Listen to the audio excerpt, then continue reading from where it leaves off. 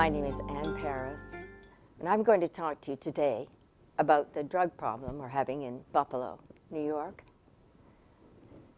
The fact is that every day in the newspaper we get these messages that people are dying from overdosing on heroin or on a combination of heroin and fentanyl.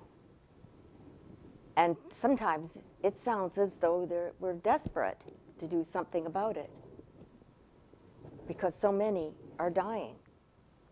But the truth is that there've always been a drug problem and there've always been people dying.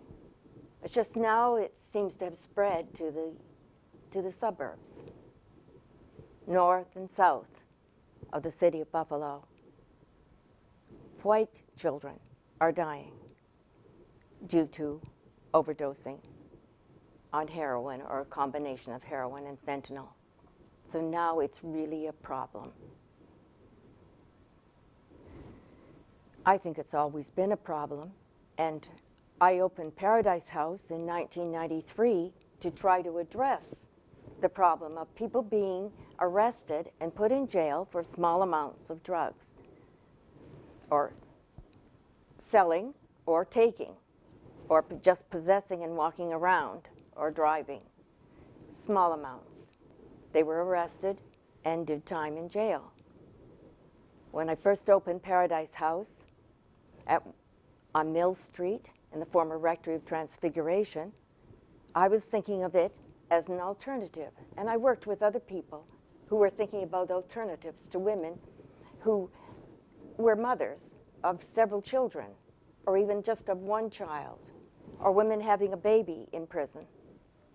When they were in prison, not for doing some violent crime, but for petty thievery, called larceny, or for being caught with a small amount of a drug and then attempting to sell a small amount or buy a small amount.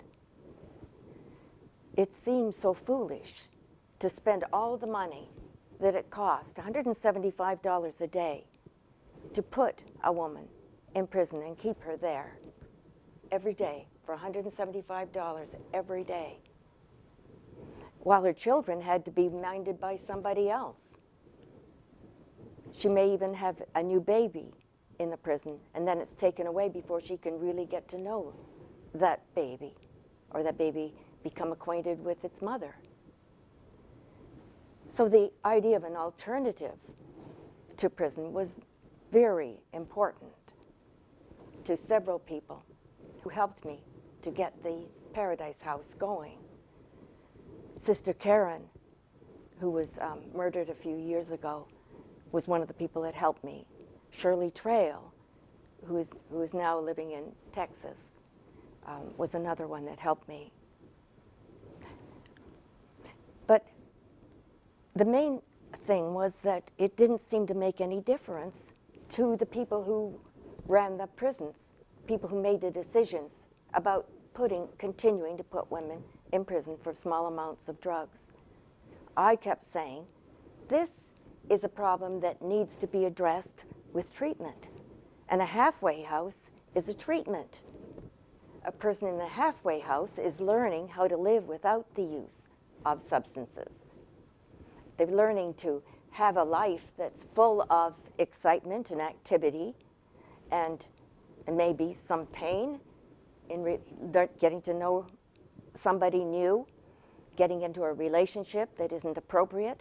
But it's, on the whole, it's a life that's going in a good direction. It's also a spiritual problem. A drug addiction is a spiritual problem. It comes out of loneliness, feeling lonely and feeling unnecessary to the world, feeling maybe I'd be better off not even being here, feeling inadequate for the challenges of the day, every day, finding it hard to get out of bed, opening your eyes in the morning and seeing a gray light and thinking, oh dear, my day is beginning, and I don't feel like getting up. I've experienced all that. But at the Paradise House, which was the former rectory of Transfiguration Church, which was all beautified and renovated, but it had also been a lovely building to start with. A great deal of love had come in making that building. The builders, as I understand, were artisans from Europe, from Poland, from Czechoslovakia, Lithuania, Germany, who had settled in Buffalo as a place where they could start a life free of oppression and poverty. The houses that they built are still going. And the rectory is a beautiful symbol of past history, the beauty of building a city where many people could find refuge. Mill Street is still a street of refuge. Many people now who are living in these old Polish houses are from Bangladesh or from Burma. It's exciting to see children once again playing where they used to be crack houses and gang wars. It's exciting to see how this Mill Street is coming back to life. Anyway, the money to keep a halfway house going in this time is a problem. Department of Social Services can no longer afford to pay what is needed. The state, for some reason, is not allocating the funds to pay for halfway housing. The rehabs are not able to take people, the number of people that need help. And so there are many deaths. And I say they're happening because there isn't treatment when people need it and want it and are ready for treatment, ready to give up, chasing the fix that will only last for a few hours and then have to be repeated. It isn't possible to overstate the necessity for treatment for young people, to make it available for anybody who wants it. Leaving the prison, which costs $175 a day, and moving to a halfway house, which really costs $1,000 a month for each person, would be a big advantage, I would think. I think most families would be very relieved. If the rehabs were able to accommodate all the people, the rehabs are expensive. It's a program in a hospital, and of course, hospital fees are involved. And it takes about 28 days to do a thorough rehab. It may start with a detox, too. That would be another 5 days. So a person who's serious about getting well will go directly from the rehab into a halfway house. The halfway house continues an in-house program where you have a bedroom of your own, where you have the opportunity to gradually make your peace with your family, including your children who can visit on the weekend. And they can be fed thanks to food stamps that are still a federal project, and they can go to markets that are close by. The house on Mill Street is just behind where the old Sattlers used to be. It's just 1 block from the Broadway Market, just 1 block from Aldi's. So it's people who've been addicted and are learning to get back in society can go and do shopping in a very convenient nearness to their house. We also, in 1993, we opened the Paradise House, but by 1999, we were getting rid of the crack houses. We got a federal grant, a HUD grant, and we put up houses. I shouldn't say we put them up. We bought the houses that were crack houses and turned them into supportive living apartments. When a woman has done 90 days or 6 months, depending on her recovery in the halfway house, she can move to her own apartment. We have 12 of these apartments. When she moves into her apartment, if she's been following the program set out by the Child Protective Services and the courts, she will get her children back. It is a joy, though, to see the mother bonding with her babies. It is a joy to see her making plans. I'm going to have my child staying with me again. Some women are very, very devastated when they lose their children. When they're put into prison, of course, they can't bring the children with them. They have to turn them over, and they are taken over by the state. So the woman has no choice, really. But that can be an incentive to her to, in many cases, it's an incentive to get herself clean, to change her life around, to do something about the cravings. There is also a solution to the cravings that isn't being practiced right now. And that solution could be the thing that saves her life. One of the drugs, naltrexone, is not habit forming, but it does suppress the urges to get a shot of heroin or of an other opiate. It's expensive, and that's one of the reasons it's not always administered. But in one shot, per month, it can keep those cravings at a minimum. And as long as the woman is in a halfway house, which has programs in it, 12-step programs, Bible studies, activities like jewelry making. This week it's Easter basket making. Those activities, plus having the company of other women in recovery, has worked miracles. We've had over 2,000 women who've gotten their children back, who've recovered from the need to be using every day, who've been trained by going to school or into a training program. Some of them are teachers, some are nurses, are assistants to the court, or counselors. Many are counselors. They went to a program that trained them. The OASIS program at the state level gives out licenses. And Paradise House has been applying for a license for 3 years. We have not gotten a license, although we've been following the outlines for an OASIS program.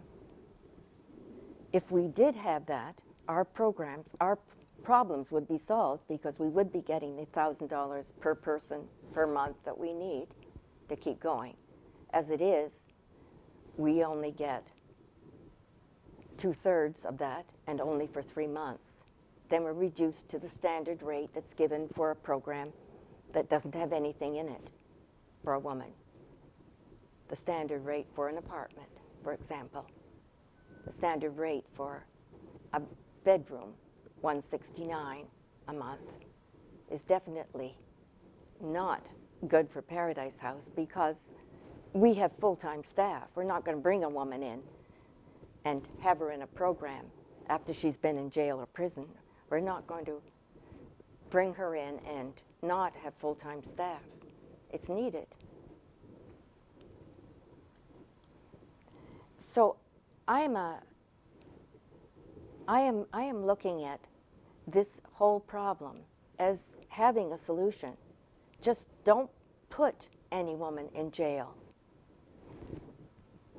if she hasn't committed a violent crime. If it's just petty larceny or selling a small amount of a drug, she should be put in a rehab to recover from her addiction. The addiction recovery process should begin in a rehab and then continue in a halfway house. And with the prisons closing down, adjustments may be made. People will not want to give up their drug if there's no prison hanging over their heads. But I don't think that's true. I think death is hanging over their heads. And I think when they're offered a choice of help, not only their loving mothers and fathers, but the whole community will be relieved to see them choose the rehab over a prison sentence. The cost that it will be spared to close the prisons is perhaps one of the problems. A lot of people are being employed by the prisons. We call it the prison industrial complex. It would shut down, perhaps because there wouldn't be a justification for it. I think we should go forward boldly and take that chance. Do more training of people that do need prison. Do more training when they come out. And people who don't need prison, don't put them there. Offer them the choice of being in a rehab. Everybody who chooses the rehab should be able to have it. And then it would go on to a halfway house. The halfway houses have to be funded. One of the halfway houses that helped Paradise House to open is closing down because of the way the money is being distributed. The training programs for women could be given some of the money that would be saved from closing the prisons. The opportunity to get a university degree or a certificate in caring for other people would help very much in the recovery process. Legislators, please consider this alternative as a viable one. Do not put women directly into their own apartment when they have an addiction. This is a recipe for failure and waste. Put them into a rehab and then into a halfway house. And from there, if the halfway house is being funded and can stay open, they will be led on to have their children back, to finish their schooling, and to get into a vocation that they've chosen for themselves with their sober mind. The Fellowship of NA is one of the support systems. And because it's been so good for the women, it has grown and gotten stronger in Buffalo since the Paradise opened in 1993. This Sunday at Paradise House, we are hosting a support group for the parents of addicts. The parents go through so much agony. It reminds me of the Pied Piper of Hamelin. A long time ago, in the 12th century, in Germany, the story is told that a piper came to the rescue of a town. The town was going crazy. Rats were eating up everything, making nests in men's Sunday hats, licking the soup off the cook's own ladle, and shrieking above the women's voices as they held their chatting sessions. The desperate town people, finding that the city council didn't do anything satisfactory to get rid of the rats, went in a body and accosted the mayor. They got in past the guard to the mayor, and they told him that he had to do something. What are we paying you for if you're not going to do anything about this plague of rats? And the mayor was so appalled. The people had never spoken to him that way. He hadn't been aware of the desperation. What was he going to do?